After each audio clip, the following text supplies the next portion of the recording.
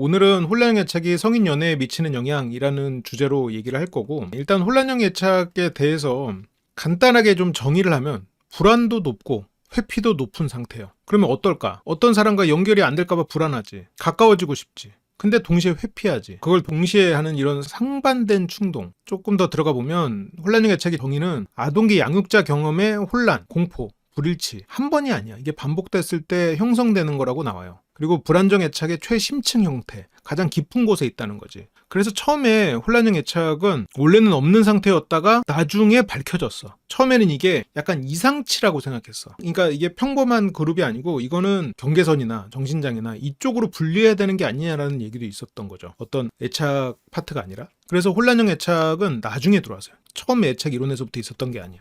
이게 왜 이런 양가적인 게 생겼냐. 공포와 위안이 동시에 존재하는 보호자 경험. 이게 보호자가 안전해야 되잖아요. 그러니까 제가 이제 항상 뭔가 이 안정애착으로 가려면 어떻게 해야 됩니까? 라고 하면은 제가 항상 안전기지와 요람 얘기를 하는데, 그래서 보호자가 그런 안전의 기준이 돼야 되는데 동시에 두려움의 대상이야. 무섭고. 이거 자체가 굉장히 역설적이잖아요. 그러니까 공포스러운 외부에서부터 보호자가 나를 지켜줘야 되는데 그게 아니고 보호자 자체가 두려운 대상이야. 나를 보호해주는 대상이 없고. 근데 보호해주는 대상에게 내가 그 사랑을 갈구하면서도 그 대상이 무서워서 도망치고 싶은 상태. 그게 성인으로 이어진 게 혼란형 애착을 설명하는 가장 선명한 설명이죠. 성인 단계에서는 공포회피라고도 불리고 높은 애착 불안이랑 높은 애착 회피, 불안과 회피가 공존하는 유형이다. 그래서 왜 혼란형이냐 하면 아기는 보호자를 향해서 안기고 싶지. 근데 동시에 도망치고 싶어. 그런 모순된 행동을 보이거든요. 그래서 이게 내부 모델이 명확히 조직되지 못했다라는 거는 인간관계에서 어떤 원형이 존재해야 될 거 아니에요. 사람 이건 뭐 안정적이고 그래서 이 사람이 어느 상황에서 문제가 생기니까 이건 내가 잘못했구나 라고 하면서 뭔가 사회성도 생기고 눈치도 좀 현명한 눈치가 생기고 이러는데 그게 아닌 거지. 왜냐면 예측할 수 없으니까. 그리고 이 말에 여러분들이 또 혼란스러워하면 안 되는 게 이런 경험으로 인해서 혼란형이 생긴다는 거지 모든 혼란형이 이런 경험을 했다는 건 아니에요. 그리고 부모는 좋은 부모였어도 나와의 관계에서 문제가 있어서 아니면 둘이 맞지 않아서 이런 경우가 생길 수도 있어요.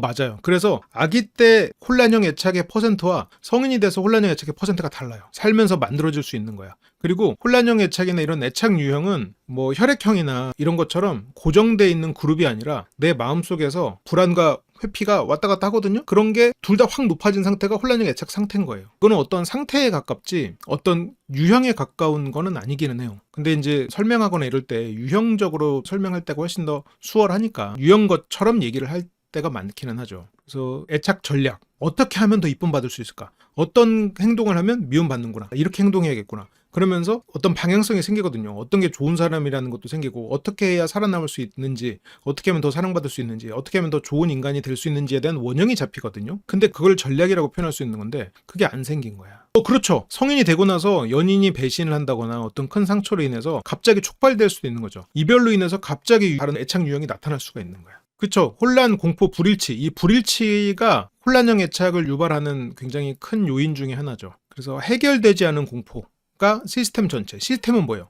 생각하는 방식. 초기 경험은 어렸을 때도 있고 사회에 나와서 내가 어떤 연인을 만났을 때 어떤 초기 경험일 수도 있어요. 그런 게 해결되지 않은 공포. 예를 들어서 성인이 돼서 내가 어떤 이성을 만났는데 이 사람이 알고 보니까 유부남이야, 뭐 유부녀야, 아니면 뭐 애인이 10명이야, 10명 중에 1명이야. 나는 이 사람을 너무너무 사랑했는데 그런데 내가 10명 중에 1명의 애인이었고 나머지 9명이 몰려와가지고 나를 두드러 팬 경험을 했어. 그럼 너무 극단적이다. 근데 아무튼 그게 그 뒤로 이런 것들도 혼란의 애착을 만들 수 있는 거죠. 물론 이 경험은 좀 너무 과한데 실제로 그런 식으로 기만당하는 경험들이 이런 문제를 일으킬 수도 있다는 거예요.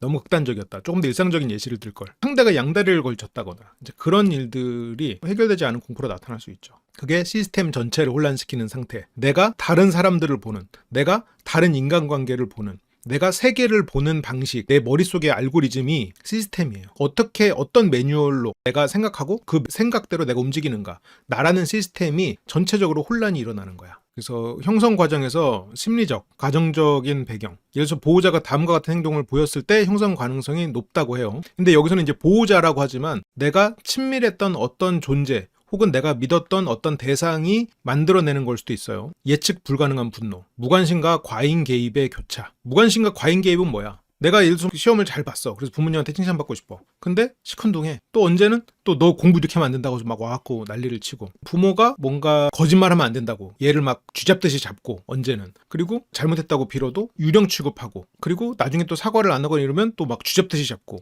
이게 왔다 갔다 하는 거. 그리고 배우자랑 싸운 것 때문에 그게 아이들에게 화로 나타나고, 친밀하지 않은 관계만 있으면 혼란형 애착으로 되기도 하나요? 보통은 그 반대죠. 혼란형 애착이면 친밀하지 않은 관계만 유지할 수 있죠. 그건 약간 선후 관계가 바뀐 것 같아. 근데 친밀하지 않은 관계만 있다라는 거는 가족도 없다는 얘기인가요? 가족이 없고 뭔가 한 번도 어떤 애착을 형성해 본 경험이 없다면 혼란형 애착이 될 가능성은 있죠. 그러니까 처음부터 내가 부모를 알지 못하고 고아원에서 살았다거나 아니면 방치된 공동체에서 산다거나 그런 상황이었을 때 그럴 수 있죠. 지금 그런 것 같다고, 지금 그런 것 같은 것 때문에 혼란형 애착이 되는 건 아니고, 그건 그 전에 자기 감정을 좀 들여다볼 필요는 있을 것 같아요. 인생 PT 보세요. 그런 건 아니었으면 혼란형 애착이 되는 프로세스는 아니에요. 된다면 될 수도 있겠지만 그거는 그냥 외로움이 강화돼서 어떤 우울감으로 빠질 수 있는 거지, 그것 때문에 혼란형 애착이 된다라는 거는 모르겠어요. 그렇게 바로 연결되진 않는 것 같아요. 다른 여러 가지 프로세스들이 있을 수는 있을 것 같아요. 아이는 세상은 위험하다. 가장 가까운 사람도 믿을 수 없다. 아이가 경험한 모든 세상이 위험했잖아요. 내가 사랑하고 싶은 모든 존재가 위험한 대상이었잖아. 그러면 내가 사랑하는 대상은 위험한 사람인 거예요. 내가 친밀한 사람은 믿을 수 없는 사람이고 언제 터질지 모르는 폭탄인 거예요. 그렇기 때문에 친밀한 사람과 관계를 맺는 게 어려워지는 거예요. 친밀한 관계를 맺게 되면 그 친밀한 관계에서 느끼는 감정이 공포심이 될 수가 있거든요. 내 불안을 자극하거든. 두려움을 자극하고. 그래서 친밀한 관계가 상대적으로 생기기가 어려울 수도 있는 거죠. 회피형도 혼란에 포함되는 건가요? 아니죠. 회피형은 높은 애착 불안과 높은 애착 회피, 두 가지가 다 높을 때 우리는 혼란형 애착이라고 봐요. 두 개가 다 공존하는 상태. 스스로 공포심이냐고 인식이 되냐? 아니죠. 회피형도 사랑하니까 헤어진다고 말할 때 그게 자기가 회피한다고 인식하나요? 아니지. 상대를 위한다고 인식하지. 스스로 공포심이라고 인식하진 않죠. 어떤 불안이 올라오고 그 불안이 올라오니까 제가 잘못했어, 제가 나를 불안하게 만들어로 해석을 하죠. 이 불안감을. 우리가 흔들다리 위에서 나의 어떤 두근거림을 내가 쟤를 좋아해 라고 해석을 하잖아요. 그것처럼 내가 혼란형 애착이라 두렵네, 내가 불안한 애가 아니고 쟤가 나를 두렵게 하네? 쟤의 말이 혹시 나를 이렇게 무섭게 하네? 역시 저놈은 나쁜 놈 아닐까? 그러다가 그 사람이 뭔가 나한테 실수하면 거봐 그럴 줄 알았어. 저 새끼 저 나쁜 새끼 저. 내가 척 보면 알죠. 어쩐지 쎄하더라. 어쩐지 쎄해. 세물리에가 돼버리죠. 그래서 연구 기반에서 어떤 발생률은 일반 가정에서도, 뭔가 문제가 되지 않는 가정에서도 혼란형 애착인 아이들이 발생을 한대요. 약 15%에서 20%. 생각보다 높죠. 부모가 잘못하지 않았어도 아동이 혼란형 애착을 보일 수 있다고 합니다. 성인들 사이에서는 20에서 40% 정도 더 높아지죠. 살면서 어떤 혼란형 애착이 될 만한 일들을 많이 겪는다는 거예요. 그래서 부모가 잘못하지 않았어도 최선을 다해도 아이가 혼란형 애착이 되는 경우들이 있어요. 이건 기질적인 문제고 부모와의 어떤 인터랙션의 문제겠지만, 근데 성적 학대 경험이 있는 아동은 80% 이상이 성인이 돼서 혼란형 애착이 된대요. 그러니까 이 어떤 학대 경험이나 이런 게 혼란형 애착이 되는 중요한 영향 요인은 맞는데, 혼란형 애착이라고 해서 무조건 학대받았다는 아니라는 거야. 한 15%에서 20% 정도는 아이만의 문제인 거지. 그래서 80% 이상이면 거의 대부분이 된다는 얘기지. 그래서 혼란형 애착을 얘기할 때 제가 트라우마 같은 걸로 해석하면 해석이 맞아 떨어진다고 제가 종종 얘기하잖아요. 그게 또 연관이 돼 있는 거지. 혼란형 애착은 평생 고정되는가? 아니죠. 고정불면이 아니야. 이게 어떻게 보면 굉장히 좋은 소식이죠. 기질하고 환경 둘 다 영향이 있죠. 보통 기질 70, 환경 30 이렇게 다른 것들은 얘기하는데 확실히 기질도 영향이 있죠. 그러면 회피형이나 불안형 성향도 고정되지 않는 건가요? 평생 고정되는 게 아닌 거지. 혼란형 애착이 고정되지 않는다면 다른 거는 또 당연히 고정되지 않는 거죠. 불안과 회피를 내릴 수 있다는 얘기니까. 고정불면이 아니라 성인지의 안정적인 관계, 치료, 반복된 안정 경험 이런 걸 통해서 습득된 안정 애착. 우리는 이걸 향해 가야 돼요. 너무 좋은 소식이지. 그래서 애착 유형 한번 간단하게 보면 안정이 있죠. 자기에 대해서도 긍정적으로, 타인에 대해서도 긍정적으로. 불안형은 자기에 대해서는 부정적으로 보고 타인에 대해서는 긍정적으로 보지. 회피형은 자기에 대해서는 긍정적으로 보고 타인에 대해서는 부정적으로 보지. 그래서 회피형들은 보면 뭐랄까 자의식이 뛰어나 보이는 사람들도 있어요. 되게 겉으로 봤을 때는 감정 조절도 잘하고 되게 어른스럽고 자신감 넘치고 막 그래 보이는 사람들도 있어. 불안형은 자기 비하나 이런 것들이 심한 사람들이 있지. 과거에 회피형으로 나왔던 그런 분들 생각해보면 굉장히 멋있지. 처음 보면 애착도 유전이 되나요? 애착이 유전이랑은 좀 다른데 대물림 된다라는 연구는 있기는 해요. 그게 어느 쪽에서부터 먼저 했더라? 부모의 애착 유형에 따라서 자식의 애착 유형이 굉장히 높은 확률로 예측돼. 대물림 되는 거지. 유전하고는 좀 다른 거지. 제가 옛날에 애착 강의에서 애착이 왜 대물림 되기 쉬운가라는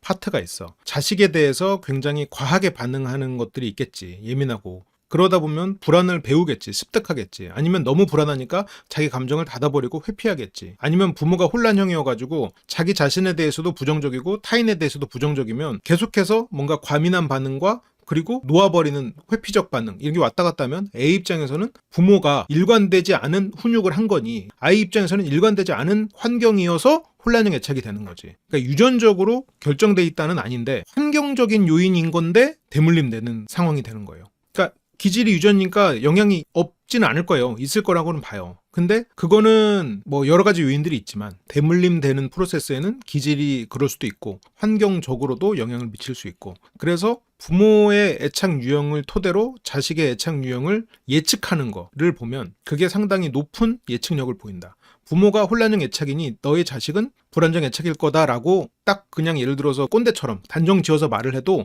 굉장히 높은 확률로 맞는 말이라는 거지. 연구에서 그렇게 드러나는 거예요. 그래서 혼란형 애착은 나에 대해서도 부정적이고 타인에 대해서도 부정적이니까 나는 사랑받을 가치가 없다라는 마음이 숨어 있으면서 타인은 믿을 수 없다라고. 그래서 내가 사랑받을 가치가 없으니까 누군가가 나를 사랑해주면 신뢰가 안 가. 그러면서도 되게 자기를 사랑해줄 사람을 찾아 헤매죠. 누군가랑 친해지고 싶으면서도 두려워서 도망쳐. 그래서 친밀감을 갈망하면서도 가까워지면은 무서우니까 도망치는 거야. 그런 양가적인 전개가 발생을 해버리죠. 왜 혼란형이 가장 극단적일까? 이게 기본적으로 나와 타인 모두한테 다 부정적이니까 관계는 일단 다 위험하고 친밀감은 욕구이자 위협인 거야. 친밀감 자체가 가지는 양가적인 부분이 있는 거야. 제가 가끔 얘기하죠. 불안을 편안하게 생각하는 편안이 편안하지 않고 불안한 상태인 거. 그게 어떻게 보면 혼란형 애착을 설명하는 포인트이기도 해요. 그래서 심리적 불안정성과 행동 모순이 가장 높은 유형이죠. 그래서 혼란형 애착 성인은 그러면 어떻게 행동을 하냐. 밀고 당기는 밀당이 나오는 거야. 가까이 와. 그런데 너무 가까이 오지 마. 이런 양가적인 친밀감을 원해서 빠르게 다가가. 그리고 관계가 안정되고 이렇게 밀착되잖아요? 그러면 무서워. 그래서 거리를 둬. 이게 보호자에게 보였던 접근 회피 동시 발동 전략이라는 게 그러니까 내 부모를 믿고 그냥 다 내려놓으면 부모한테 엄청 혼나 깨져 갑자기 막 화래. 그럼 무섭잖아요. 그럼 평소에도 긴장 상태로 돼 있어. 긴장 상태로 있어 좀 다가가다가도 언제 폭발할지 모르는 두려움으로 다가가는 거야. 그 긴장 상태가 친밀한 사람과의 관계에서 어떤 사랑의 근거라고 생각하게 돼. 그게 성인 관계에서 그대로 재현돼 버리는 거지. 그래서 흔한 예시로 뭐가 있어. 상대가 조금만 모르잖아요? 그럼 엄청 매달려. 날 사랑하는지 확인하려고 들어. 근데 상대가 다가오잖아요? 그러면 얼어붙어 버려. 경직돼. 이게 밀당을 넘어서서 상대한테 혼란을 심어주는 예측 불가 행동 패턴이 되죠. 그래서 어떻게 느끼는 거에 따라서는 좀 흥미롭다고 느낄 수도 있어요. 조금 상세하게 보면 쉽게 마음을 열지 못해요. 나는 사랑받을 자격이 없다는 생각을 기본적으로 하는 사람이잖아요. 그래서 자신을 부정적으로 보고 있어요. 이건 어떻게 보면 약간 불안형 애착의 성향이죠. 그래서 겉으로는 따뜻하고 다정해 보여도 속마음은 폐쇄적이지. 나를 알게 되면 저 사람은 떠날 거야 라는 기본적인 사고방식이 존재해요. 과거 상처 경험이 있지. 그래서 누구도 완전히 믿을 수 없다라는 본인의 전제가 있어. 나를 다 알면 떠날 거다라는 두려움. 그래서 어떤 문제가 있거나 갈등이 생기면은 감정을 표현하기보다 관계를 포기해. 됐어. 손절. 뭔가 이거를 어떻게 상대한테 요청하거나 이런 것보다도 그냥 손절하려는 의지가 먼저 올라오죠. 밀당을 하려고 하는 거 아니야. 의도가 있는 게 아니라 그냥 그런 감정이 나타나는 거야. 그리고 첫 번째가 이제 마음을 열지 못하는 거고 두 번째는 신뢰 문제랑 과도한 질투 가능성이 있어요. 이게 앞에서는 내가 이렇게 마음이 폐쇄적인데 연인이나 친밀한 사람의 작은 변화에도 이 사람이 나를 버린다라는 생각이 들어버려. 그래서 그거를 굉장히 예민하게 받아들일 가능성이 있어요. 왜냐하면 항상 전쟁 상태라고 제가 말하는 게 이런 경험이거든요. 도망간 혼란형 상대를 다시 돌아오길 만들 수는 없나요? 있죠. 근데 그 상황은 좀 앞뒤로 봐야지. 어쨌건 그 사람이 나에게 다가올 때 불안, 나에게 멀어질 때 두려움 두 가지가 다 있잖아요. 그 두 가지를 공략하면 얻을 수 있죠. 연락이 늦거나 다른 사람들하고 대화하거나 이런 것만으로 배신감이 느껴서 폭발해버릴 수가 있어. 기본적으로 불안도가 높은 상태니까. 자기 내면의 어떤 전제가 타인은 결국 떠난다라는 생각이 있으니 그러다 보니까 이렇게 연인이나 친밀한 사람을 대하니까 주변 사람들은 이런 과한 반응을 이해하기가 어렵죠. 그러다 보니까 관계가 점점 피로해져. 관계를 계속해서 시험해. 왜냐면 두려우니까. 자기도 모르게 연인을 자꾸 시험해. 그리고 밀어내고 관계가 파탄나도록 유도하는 경향. 근데 관계를 파탄시키려고 저러는 게 아니야. 테스트를 안 하면 불안해서 저러는 거야. 상대가 다가오면 테스트해. 멀어지면 매달려. 다가오면 어떤 식으로 테스트해? 극단적으로 요구하고, 상대가 오히려 질투를 나게 하고, 시험하고, 이런 일들이 벌어지죠. 결국 관계가 파탄나면 어떻게 되겠어? 봐봐, 역시 그럴 줄 알았어. 그러면서 내부 모델, 자기의 내부 마음 안에 있는 전제가 더 강화돼. 그래서 저게 이제 신념 차원으로 넘어가 버리지. 역시 떠난다. 내 예상이 다 맞아. 그러면서 점점 이제 처음에 보자마자 어떤 세함 레이더가 작동을 하면서 세물리에이지, 만나면서 내가 좋아서 매달리면서도 세 레이더는 계속해서 작동해. 근데 그게 세함이 아니고 본인 내면의 두려움이야. 그래서 애착 불안이 자기 실현적 예언으로 재확증되는 거지. 자기 실현적 예언은 뭐예요? 저 사람은 나쁜 사람일 거야. 나는 나쁜 사람을 만날 수밖에 없어. 그게 전제가 되고, 어떤 사람이 나한테 나쁜 행동을 하면 커봐, 그럴 줄 알았어. 저 사람 아무리 봐도 바람둥이 같은데? 커봐. 나중에 이제 어떤 여자랑 통하는 거 보고 커봐, 저럴 줄 알았어. 부적절한 파트너를 반복 선택하는 거. 이게 어디로도 이어질 수 있냐면 구원자 컴플렉스로도 이어질 수 있죠. 혼란형 성인은 종종 자기에게 적합하지 않거나 정서적으로 유해한 파트너를 선택하는 경향이 있다. 나쁜 사람을. 이혼 숙녀 캠프에서도 우리가 많이 봤죠. 이 사람이 나랑 뭔가 환경적으로 맞지 않거나, 아니면 이 사람은 나한테 굉장히 해로운 그런 사람인데 그 사람을 선택해. 그 사람에게 더 끌려. 왜 그래요? 이거 실은 다른 분석할 때 제가 다른 언어로 많이 얘기했던 거기는 해요. 심리적인 이유는 어린 시절에 학습한 혼란, 위협, 예측 불가한 환경이 익숙함으로 조건화돼 있는 거야. 그러니까 이 사람의 고향의 냄새는 총의 냄새인 거야. 제가 옛날에 되게 좋아했던 그 만화책 중에 이제 시티헌터라는 만화책이 있는데, 거기서 에피소드 중에 하나예요. 거기서 그 도시의 유명한 킬러가 그 아기를 맡았는데, 그 아기가 그 킬러 품에만 안기면 웃는 거야. 반가워하고. 다정한 다른 여성들 품에 안기면 다 울어. 근데 그 킬러 품에만 안기면 막 웃거든요. 근데 알고 보니까 그 애가 전쟁터에서 용병의 자식으로 태어난 거야. 그래서 킬러 몸에서 나는 그 화약 냄새를 맡으면 편안해지는 거야. 전쟁터의 냄새. 물론 좀 극단적인 예시죠. 방금 시티헌터의 비유가 이 얘기예요. 익숙한 환경. 어린 시절의 혼란, 위협, 예측 불가한 환경을 이 사람이 나한테 제공하거든. 막 나한테 엄청 잘해줬다가 술 마시면 이것저것 막 깨고 부수고, 다시 또 정신 차리면 막 무릎 꿇고 또 춤춰주고, 그런 일들이 벌어지는 거야. 싸우는 가정을 항상 겪던 사람이 결혼해서 안 싸워. 싸움이 없고 조용해. 그러면 불안을 느낀다는 거지. 친밀감과 불안을 동시에 경험하는 관계를 무의식적으로 재현하려고 그래. 다시 전쟁터로 만들고 싶은 그 바램, 그리고 전쟁터를 만들어줄 수 있는 사람을 자기도 모르게 선택해버려. 예를 들어서 뭐 감정 기복이 심한 상대를 찾는다거나, 아니면 뭐 통제적인 상대를 나도 모르게 끌려한다거나, 아니면 냉담하게, 아니면 위협적인 그런 사람을 더 끌려하는, 그런 것들이 다 이 케이스에 속하는 거죠. 그러면서 이런 반복을 통해서 자기 마음속에 어떤 그 전제, 신념은 더 강화돼요. 역시 사람은 믿을 수 없어. 역시 뭐 이성, 배우자는, 아니면 가정은 나는 이렇게 살 운명이야. 그러면서 뭔가 그 본인이 가졌던 부정적인 신념은 점점 더 강화돼 버리는 거지. 그런 저런 악순환에 이제 빠져버리는. 그리고 감정 조절 문제도 있어요. 감정 기복이 굉장히 심해요. 기본적으로 이 진폭 자체가 크기 때문에 이게 조절이 잘 안 돼. 그래서 감정의 롤러코스터가 있죠. 상대가 다가오면 확 두려워졌다가 멀어지면 또 그것을 또 붙잡고 싶은 마음. 그래서 오간단 말이에요. 그래서 기본적으로 감정의 롤러코스터가 존재하죠. 그렇지. 참전용사들이 전쟁에서 겪는 게 그게 결국 PTSD잖아요. 같은 맥락이죠. 그래서 사소한 일에도 크게 울고 분노할 수 있고, 상대가 달래주면 또 금세 회복을 할 수 있고, 이런 것들이 막 위아래로 왔다 갔다 하는 거지. 근데 회복이 빠르다는 점이 어떻게 보면 관계에 도움이 될 수도 있을 것처럼 느껴지는데, 그게 아니고 이게 감정이 예측 불가능한 상태가 돼요. 그래서 불안정성을 더 키울 수가 있는 거죠. 그리고 사소한 상황에서도 갈등을 유발해요. 이게 앞에서 봤던 거랑 마찬가지로 내면의 과각성은 이제 과하게 각성된 상태라는 건데, 그러다 보니까 이게 항상 예민한 상태로 이 상황을 받아들이게 되는 거야. 그래서 작은 신호도 위협으로 해석하기가 쉬워. 그래서 불안한 게 내가 기본적으로 불안하니까 과하게 해석하게 되지. 과하게 해석하니까 갈등을 유발하고, 갈등을 유발했다가 후회하니까 내가 후회하면서 내가 잘못했나? 그러면서 또 불안하고, 그러면서 이렇게 불안할 바에 차라리 떠날까? 하고 떠나버릴 수도 있고, 이게 돌고 도는 거야. 그래서 점점 이 불안은 강해지고 갈등을 유발할 일들은 더 많아지고. 그러니까 상대가 왜 이렇게 사소한 일로 화를 내? 상대가 이렇게 지적하면 터져버리는 거지. 그러다가 뭐 다음 순간에서는 또 평온해지고 이러니까 상대가 더 혼란을 느낄 수 있는 거지. 근데 이게 평온한 상태가 실제로 평온한 게 아니고 후회하고 불안하기 때문에 평온하게 행동하는 거긴 하죠. 그래서 이 혼란형 애착 성인과 연애가 구조적으로 좀 어려울 수 있는 게 기본적으로 첫 번째가 예측 불가능. 언제는 따뜻하게 다가오고 언제는 냉정하게 밀어내고 이런 것들이 나오니까 이게 지금은 괜찮은데 언제 무너질지 모른다는 게 항상 상대에게도 긴장감을 전염시켜버려. 그러다 보니까 신뢰가 잘 안 생겨요. 이게 혼란형 애착은 상대의 어떤 많은 행동들을 잠재적인 배신 신호, 쎄하다로 말을 하죠. 그래서 실은 이 애착 불안정, 혼란형 애착 좀 경향성이 있는 분들이 심리대화 채널을 보시고 많이 회복이 되시는 포인트들이 있을 거예요. 왜냐면 우리 채널은 감정적으로 해석하는 걸 굉장히 경계하거든. 근거를 가지고 이성적으로 해석하는 거를 우리는 미덕으로 생각하기 때문에 자연스럽게 그게 간접적으로 훈련이 되실 거예요. 그게 진짜 도움되는 포인트거든. 그래서 감정 폭발, 철회 이게 계속 반복되니까 신뢰가 안 생기는 거야. 그러다 보니까 자기 이해가 부족하고 자기도 왜 이런 행동을 하는지 명확히 이해가 안 되는 거예요.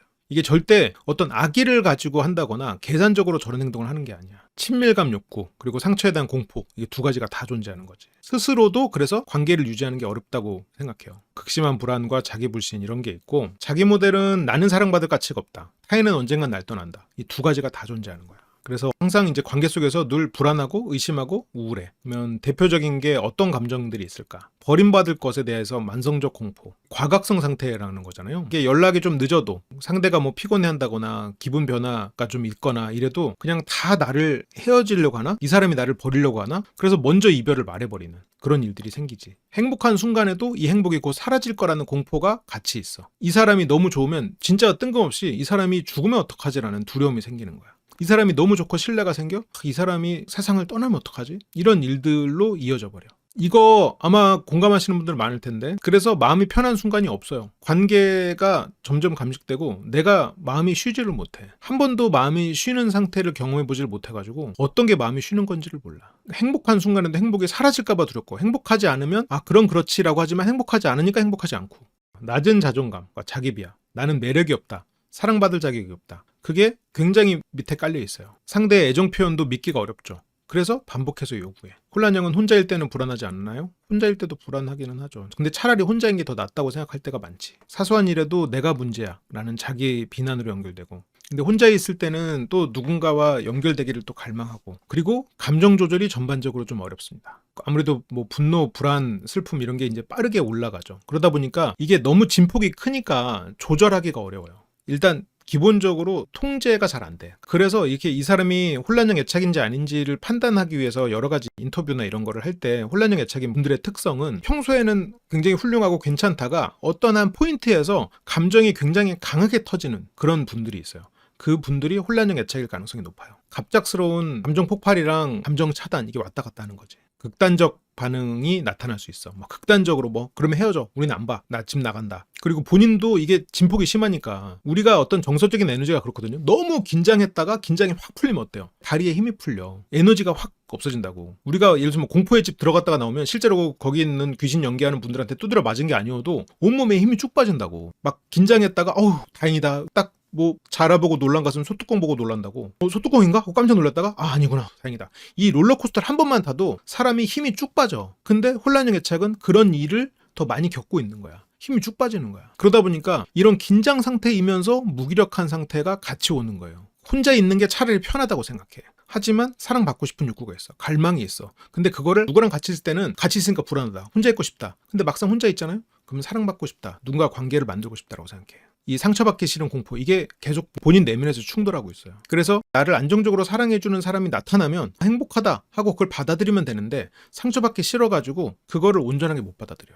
그래서 이런 게 이제 장기적으로 충돌하게 되면은 무기력해지지, 힘이 없어지는 거야. 우울해지고 혼자 있고 싶어. 그러면서 일상에서 뭔가를 하기가 어려워지죠. 그래서 연구들을 보면은 이 혼란형 애착이 우울, 불안, 섭식장애, 아니면 어떤 중독, 그리고 성격장애, 이런 여러 가지 실제로 문제들하고 상관관계가 굉장히 높다고 나와요. 이렇다고 해서 그러니까 무조건 나쁘다가 아니라, 그래서 더 조심하고 더 훈련해서 극복하려고 애를 써야겠지. 그래서 핵심 요약을 해보면, 혼란형 애착, 성인은 사랑을 원하지만 상처를 두려워하는 사람들이다. 이 두 힘은 동시에 존재해서 심리적 고통이 만성화된다. 스스로 자신의 반응을 이해하지 못해서 자책하고 혹은 상대를 비난하고 이런 일들이 벌어진다, 이런 거고. 그러면 우리가 지금 이제 혼란형 애착에 대해서 배웠잖아요. 그러면 연애 초기에는 어떤 일들이 벌어질까? 접근 회피 이중신호, 무슨 얘기야? 상대한테 일단 빠르게 끌려. 상대가 딱 이 마음에 든다 그러면 확 갔다가 그래서 막 이 사람이랑 빨리 사귀고 싶다고 하다가 실제로 이 사람이랑 친밀해지잖아요? 그럼 불안해. 그래서 갑자기 거리를 둬버려. 관계 초기에는 감정 속도, 막 몰입 수준이 굉장히 높아. 그러면서 상대가 반응, 뭔가 문자 텀이 어제는 7시간 만에 문자가 한 번씩 더 오더니 오늘은 7시간 30분 만에 왔네? 마음이 식었나? 뭐 이런 거 있잖아요. 어제는 3줄 문자가 오더니 오늘은 2줄 하고 반밖에 더 안 채워졌네? 이거는 이 사람 마음이 식었는데? 이런 것들.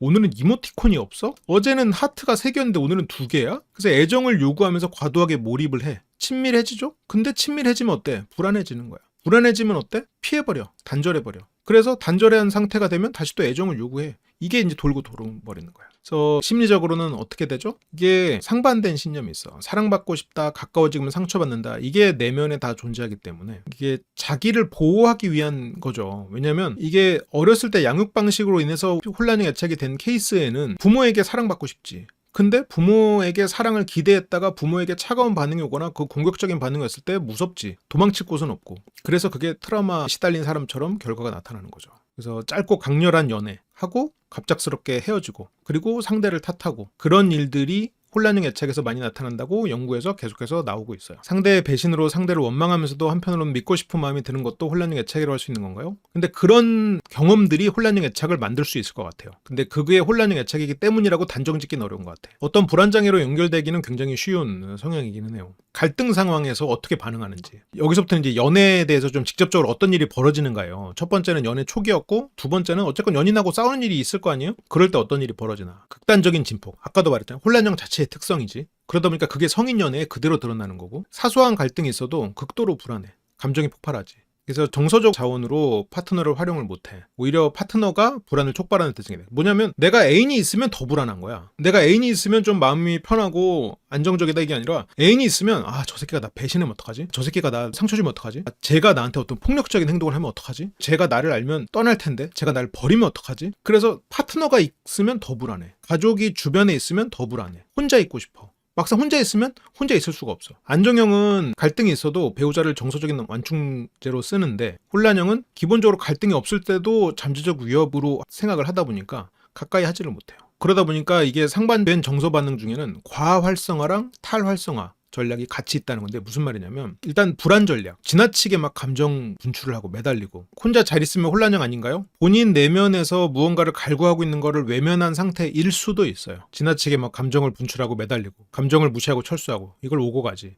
근데 이거 생각해보면 뭐예요? 아까 부모의 일관되지 않은 양육 방식이 원인이 될 수도 있다고 했잖아요. 그거랑 똑같은 짓을 하고 있는 거잖아 지금. 지나친 감정 분출, 애정 표현 혹은 그런 거. 그러다가 갑자기 뭐 유령 취급하고 막 편지를 써도 모르는 척하고 아니면 뭐 이 아이가 아끼는 거를 버려버린다거나 그런 것들이 계속 오가는. 그리고 공격성이 또 있어요. 불안정 애착. 이건 모두 다 혼란형뿐만 아니고 불안형, 회피형, 혼란형 모두 다 연인 간의 신체적 폭력 위험과 관련이 있다고 연구에 나오고 있습니다. 혼란형은 특히 과거 외상, 과거의 상처, 살아온 상처, 그리고 어떤 주변에서의 위협에 대해서 더 과하게 해석하는 그런 것 때문에 분노 폭발 가능성이 매우 높죠. 우리가 이수캠에서는 굉장히 많이 본 사례인데 내가 딱 누구다라고 말하긴 좀 그래가지고 그냥 넘어가고 있어요. 언어 폭력, 감정 폭발 하고 또 그 후에 죄책감, 자기 비난. 그래서 이수캠에도 보면은 막 언어 폭력하고 술 먹고 잊어버리고 그 반복 그런 경우들이 있지. 또 뭐 있죠? 감정 폭발, 감정 철수, 일관성이 없고 빠르게 이동하고. 아까 불안형 반응과 회피형 반응이 다 나온다는 건데 불안형은 어때? 감정이 과잉 활성화돼. 뭐가 있어? 버림받을 것 같으니까 두려워서. 그래서 과도한 집착과 확인을 요구해요. 버림받을 것 같은 두려움은 언제 생겼어? 예를 들어서 부모에게서 그런 게 생겼다면 부모에게서 버림받을 것 같은 두려움은 본인에게 익숙함이고 채워지지 않은 갈망인 거예요. 그래서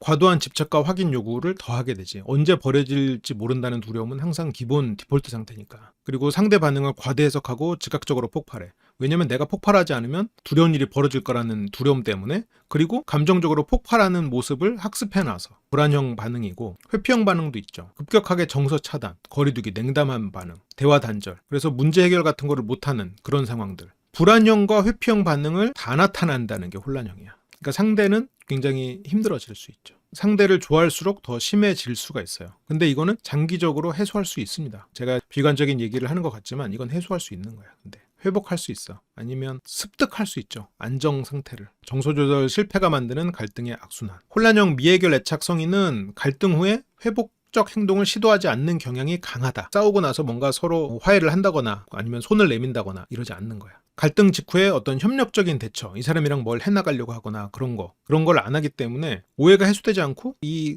감정, 어떤 불화의 씨앗들이 그냥 그대로 남아있는 거지. 이게 관계의 안전도를 떨어뜨리고 갈등을 더 자주 일어나게 만드는 그런 결과로 이어지죠. 그래서 한번 갈등이 생겨나면 그 뒤로 계속 싸워. 사과를 안 받아주는 것도 연관이 있을 수 있죠. 그리고 공격성과 또 충돌 심화 위험이 있는데, 이게 혼란형 성인은 아동기의 어떤 애착에 대한 상처, 그리고 너무 예민한 거, 이런 것들이 결합돼 있다 보니까 뭔가 갈등이 있을 때 누군가가 나를 위협한다 그러면 내 상처를 또 건드는 거 아니야? 아니면 예민하니까 그거를 더 높게 해석하게 되죠. 그러면 공격을 하게 되지. 상대는 별 뜻 없이 했는데 내가 긁혀가지고 공격할 가능성이 혼란형 애착의 성인이 조금 더 높을 수 있다는 거예요. 원래 이제 어떤 애착 반응은 친밀한 관계에서 두드러지게 드러나긴 하는데, 혼란형 애착 같은 경우에는 일상적인 상황에서도 이런 면에서는 좀 드러날 가능성이 좀 더 있죠. 정서적 폭격, 울거나 절규하거나 갑작스러운 돌발 행동이 나타나고, 그리고 물리적 공격 가능성이 증가한다. 불안적 애착구 전체가 좀 유의미한 상관계가 있다고 나타났고요. 그리고 공격 후에 자기 파괴, 일단 극심한 죄책감, 감정 폭발하고 죄책감이 터지고 자기를 비난하고, 나는 결국 사람을 상처 주는 사람이라고 그렇게 또 다시 전제가 박히고, 그리고 또 그렇다고 해서 그 감정 폭발을 그대로 안 하냐? 그것도 아니야. 그러니까 계속 이 안에서 돌고 돌아. 그래서 이게 다시 또 불안과 회피 강화시키고 계속 돌아버리는 거지. 그러니까 장기 관계에서 어떤 영향을 미치겠어요? 이런 일이 도니까 관계 만족도가 낮아. 그리고 어떤 사람을 만나도 어떤 불안정한 감정 속에 시달리게 돼. 그래서 혼란형의 장기 관계 만족도는 가장 낮다고 실제로 연구 결과에서 나오고 있어요. 관계 초기에 이제 열정적으로 칵 갔다가 시간이 지나면서 점점 뭔가 불안, 의심, 오해 이런 게 막 반복되니까 장기 관계를 만드는 것도 힘들고 장기 관계에서 만족도도 낮고 그렇게 돼버리는 거지. 만났다 헤어졌다 반복하거나, 그리고 서로 어떤 헌신을 하지 않고 그런 일들이 벌어지지. 그래서 관계는 결국 깨진다. 그 마음속에 어떤 전제가 점점 더 강화돼 버리는 거야. 자기 실현적 예언이 뭐예요? 관계는 결국 깨진다. 나는 관계를 못할 사람이다. 쟤는 나한테 문제를 일으킬 거다. 이런 자기 실현적 예언. 그거를 자기가 그 방향으로 스스로를 몰고 가고 있고 이 관계를 몰고 가고 있다는 걸 인지를 못하지. 그래서 무의식적으로 관계를 시험하거나 파괴하는 행동을 보이죠. 저게 의식적으로 하는 행동이 아니야. 상대의 사랑을 반복적으로 확인하려고 하고. 왜냐면 불안하니까 그래. 두려우니까. 관계를 불필요하게 위기 상황으로 몰아가고. 왜냐면 익숙하니까. 극단적인 질투, 버려질까봐 두려우니까. 통제, 이것도 불안하니까. 그렇게 이제 상대를 지쳐가게 만들고, 그러다가 자기가 이런 행동을 해서 이별이 되잖아요? 그럼 역시 그럴 줄 알았어. 그래서 이 신뢰 결혼, 친밀감이랑 이런 게 안 되니까 기본적으로 신뢰를 못 쌓아. 타인에 대해서 항상 의심해. 아까 그 전제가 머릿속에서 계속 돌고 있으니까. 그러면 연인 관계에서 어떻게 되겠어? 상대의 의도, 감정에 대해서 항상 의심해. 이 사람이 갑자기 나한테 잘해? 의심해. 갑자기 연락이 좀 뜸해져? 의심해. 갑자기 연락을 자주 해? 의심해. 이 사람이 오늘 좀 피곤해? 의심해. 그리고 사소한 행동도 위협으로 해석하게 되고, 그래서 이 사람이 나에게 어떤 다정한 행동을 해도 갑자기 변화했다라고 하면 그거를 의심하고 그걸 차단해버려. 시간이 지날수록 그러면 애인 입장에서는 부담되지. 친해지기도 힘들고 어떻게 될지 모르겠는 상황으로 이어져 버리죠. 그리고 성적 친밀감에도 영향을 미친대요. 성생활에서 동시에 작동을 하는데, 혼란형 애착자는 성적 친밀감에서도 똑같은 프로세스가 돌아요. 그래서 불안형 측면은 뭐가 있지? 물론 이거는 무조건 이렇다는 건 아니에요. 이런 경향성이 있는 사람들이 많다라는 거지. 불안형들은 성관계를 애정과 애착의 확인의 수단으로 사용을 하는데, 그러다 보니까 정서적으로 불안, 버림받을 두려움을 달래기 위해서 성을 활용해. 이 사람을 떠나지 않게 하기 위해서, 이 사람이 떠날까봐 두려워서 이런 시도를 하죠. 내가 좋아서 하는 게 아니라 불안해서 하는 거야. 그런 일들이 벌어진다는 거지. 자신의 욕구, 어떤 편안함, 이게 아니고 상대의 요구에 그러다 보니까 지나치게 순응하는 행동이 가능해져요. 그러다 보니까 사랑을 잃지 않기 위해서 희생한다라는 패턴이 발생할 수가 있어.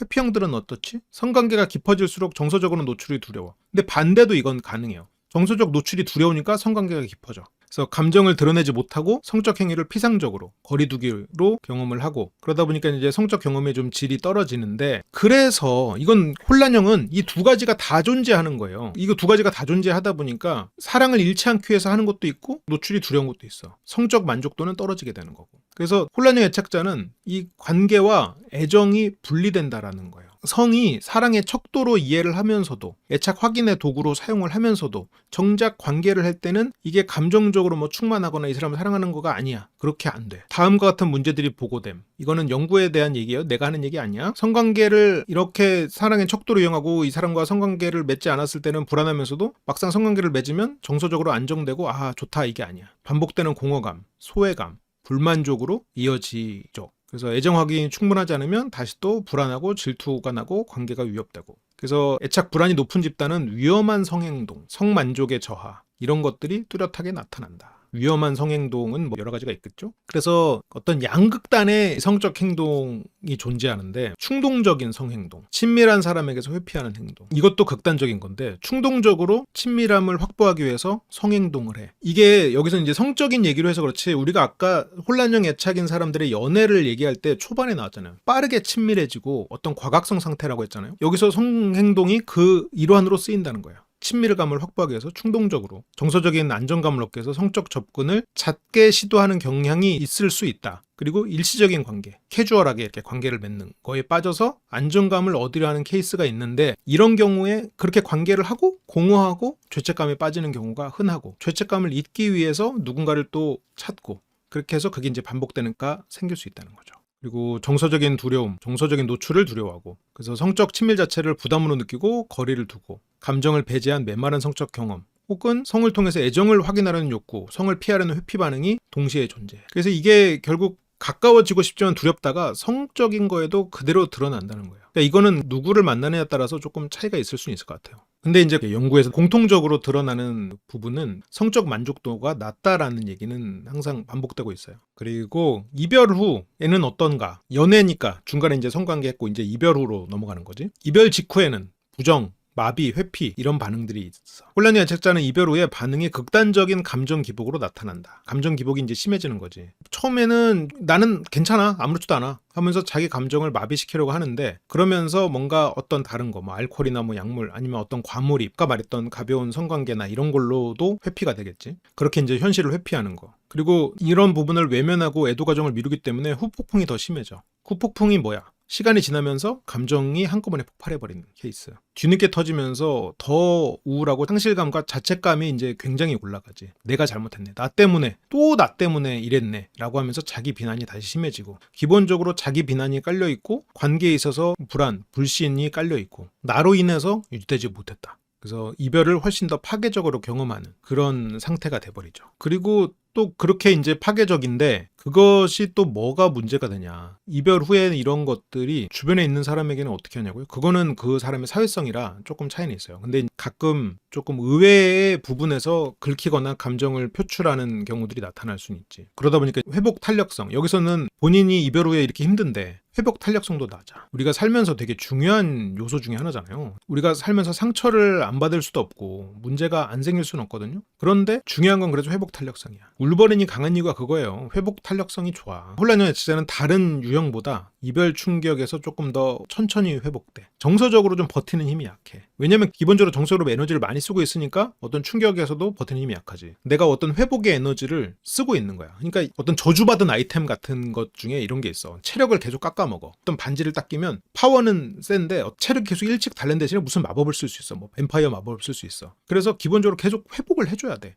그러면 다른 사람보다 똑같은 일을 겪었을 때 회복이 느리겠지. 기본적으로 에너지를 쓰고 있어. 자기를 비난하고 있어. 그런 상황에서 자기를 비난하는 일이 거기다가 또 얹어져. 그러니까 당연히 회복이 느려지는 거지. 그러다 보니까 멘탈도 다른 사람들에 비해서 약한 것처럼 보일 수밖에 없는 거지. 약한 유리창과 튼튼한 유리창이 있을 때 똑같이 튼튼한 유리창이어도 한쪽 유리는 계속 망치로 치고 있는 유리야.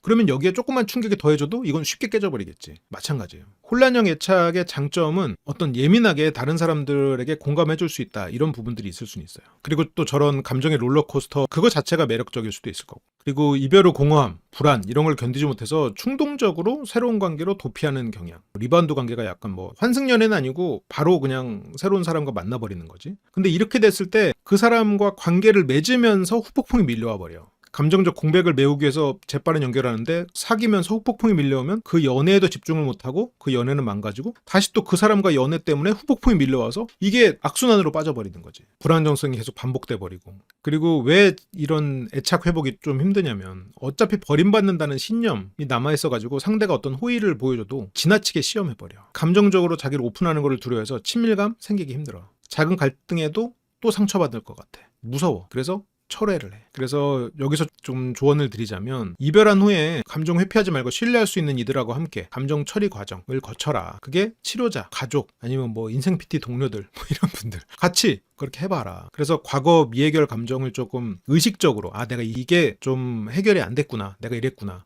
내가 이 패턴이 반복되고 있구나. 그래 나는 그런 사람이구나. 어쩌면 나는 좀 혼란형 애착인 부분이 있겠구나. 이런 거를 내가 인지하는 것만으로도 실은 학습된 안전감, 이게 학습된 안정애착으로 이어질 수 있다는 거예요. 자기를 관찰해보고 자기를 이성적으로 바라보고 그런 것들이 이제 필요하다는 거죠. 성격 특성하고도 영향이 있어요. 이거가 제가 평소에 몇 번 했던 얘기랑도 좀 이어지는데 안정감이 학습되면 안정형이 될 수 있나요? 네, 될 수 있어요. 뒤에서 더 자세히 얘기해 드릴게요. 성격 장애, 이게 성격 장애인지 아닌지 애매한 그런 것들은 혼란형 애착하고 연관성이 강하대요. 어린 시절의 상처, 학대 방임을 경험한 거, 그리고 안정적인 그런 보호자가 없을 때 지나치게 오픈을 하는 게 혼란형인가? 그럴 수도 있고 아닐 수도 있죠. 지나치게 오픈하고 그렇게 해서 관계가 친밀해졌을 때 그 뒤의 행동에 따라서 혼란형일 수도 아닐 수도 있겠지. 우리가 앞에서 봤던 것처럼 처음에 지나치게 오픈을 하면서 가까워졌다가 상대가 진짜 가까워지는 것 같으면 도망간다. 이러면 혼란형일 수 있겠죠. 사랑하지만 무섭다 라는 분열적인 자기, 타자 이런 것들이 이제 형성되는 거지. 감정 기복 심하고 극단적인 관계, 상대를 막 대단히 신적으로 봤다가 상대를 막 폄하했다가 아니면 신적인 존재를 또 불안하게 느끼고 그 사람이 떠날까 봐 불안하고 그 사람 자체가 불안하고 그리고 충동적으로 감정 행동을 하고 이런 게 겹쳐 있다는 거예요. 이 얘기를 한 사람이 이탈리아 심리 관련 정신과 의사인데요. 지오바니 리오띠라는 사람인데 항상 이 혼란형 애착이랑 경계성 성격장애나 이쪽 장애랑 연결 지점을 얘기하면 이분이 많이 언급돼요. 이 사람이 이걸 강하게 주장을 했었거든. 그래서 혼란형 애착은 메타인지 결함, 객관적으로 자신을 보지 못한다는 거예요. 객관적으로 자신을 보지 못하고 분열적 정서 처리 이런 걸 만들어내. 이게 경계성 성격장애의 핵심이라는 거지. 즉 혼란형 애착에서 나타나는 모순적 내적 작동 모델, 우리가 앞에서 계속 봤던 거를 모순적 내적 작동 모델이라고 할 수 있겠지. 내 안에서 사랑하지만 무섭다, 편안한 것은 불안하다, 불안한 것은 편하다, 이런 것들. 메타인지 결함이란 무언가, 리오티의 맥락으로는 내 감정이 뭐고 내 감정이 왜 생겼고 지금 내가 느끼는 이 지금의 내 감정이 과거에 느낀 건지 현재에 느끼고 있는 건지를 구분하지 못하고 타인의 의도가 뭔지 제가 왜 그러는지를 모르고 이런 것들이 다 이해가 안 되는 상태인 거예요. 내 감정을 이해를 못해. 그러니까 내가 감정이 왜 생겼는지 이해 당연히 못하겠지. 내가 근데 지금 어떤 부정적인 감정이 생겨, 불안감이 생겨. 이게 과거에 내가 어렸을 때 경험한 감정이 남아있는 건지 지금 내가 상대에게 느끼는 건지 이게 구분이 안 돼. 그리고 타인의 의도가 그냥 선의인데 그 사람이 선의인지 아니면 저게 악인지 구분이 안 돼. 그걸 이해를 못해. 이해를 못하면서 그냥 쎄함으로 퉁쳐버려. 객관적으로 자신을 못 보고 나를 못 보니까 나와 관계된 상대도 못 보고 이 관계도 못 보고 이렇게 돼버리지. 그래서 이게 참 아이러니한 부분인데 제가 주장하는 부분이 뭐냐면 이성의 힘을 발휘해야 감정을 이해할 수 있다야. 내가 이성적으로 나를 볼 수 있어야 내 감정을 온전히 이해할 수 있어. 내가 객관적으로 나를 볼 수 있어야 내 감정에 대해서 이해할 수 있어요. 그래서 이성과 감정은 실은 같이 가야 되는 거예요. 내가 이성적인 힘이 없이 감정적으로만 행동한다? 그거는 감정에 끌려가는 거지 감정을 이해하는 게 아니에요. 그래서 감정은 강한데 의미화, 조절, 통합이 안 된다는 거지. 감정이 강하다고 해서 내가 감정이 풍부한 사람인 게 아니야. 이거는 감정에 끌려가는 사람인 거지. 그리고 또 있어. 회피성 성격장애랑도 연관이 있어요. 그냥 단순 회피형처럼 보이지만 실제로는 불안도가 높은 그런 거거든요. 이런 경우에는 이제 타인과 관계를 간절히 원하는데 거절이나 비판, 상처의 가능성에 대한 공포가 너무 커서 사회적 고립을 선택하는 거. 우리가 지금까지 봤던 내용인데 혼란형 애착 아니에요 저거? 맞아요. 같은 내용입니다. 혼란형 애착하고 똑같은 내용이야. 쎄하군요. 그러니까 쎄하죠? 나는 사랑받을 가치가 부족하다. 타인은 결국 나를 실망시킨다. 상처 준다. 이게 두려움 기반에서 애착 성향을 가진 성인은 이 회피성 성격장애로 발전할 가능성이 유의미하게 높다. 그래서 혼란형 애착이 만성화가 되면 사회적으로도 위축되고 극단적으로 회피 행동이 나타나고 이게 성격장애로 나타날 수도 있다는 거죠. 그리고 혼란형 애착이 또 어떤 성격적 특성이 있을 수 있냐라면 충동성, 공격성, 자기파괴적 행동 이런 것들이 나타날 수 있다는 거지. 왜냐면 스트레스 상황에서 감정 조절을 실패할 가능성이 높으니까. 왜냐면 스스로에게 이미 스트레스를 주고 있으니까. 스트레스 상황에 더 취약하지. 감정이 진폭이 크니까 그만큼 조절하기가 힘들겠지. 막 흔들리는 막대기를 붙잡는 건 힘들지. 이게 그냥 멈춰 서 있으면 막대기를 붙잡고 내가 휘두를 수 있는데 막대기가 막 흔들리고 있어. 그럼 그걸 붙잡기조차 힘들어. 잔잔한 호수에서 목표로 가는 거는 비교적 쉬우나 경랑에서 목표로 가는 건 다른 사람보다 몇 배 에너지가 드니까. 맞아요. 그래서 힘들어. 그러다 보니까 포기해버리기가 쉽지. 과음, 자해, 아니면 충동적인 의사결정 같은 행동 패턴이 잦게 나타나.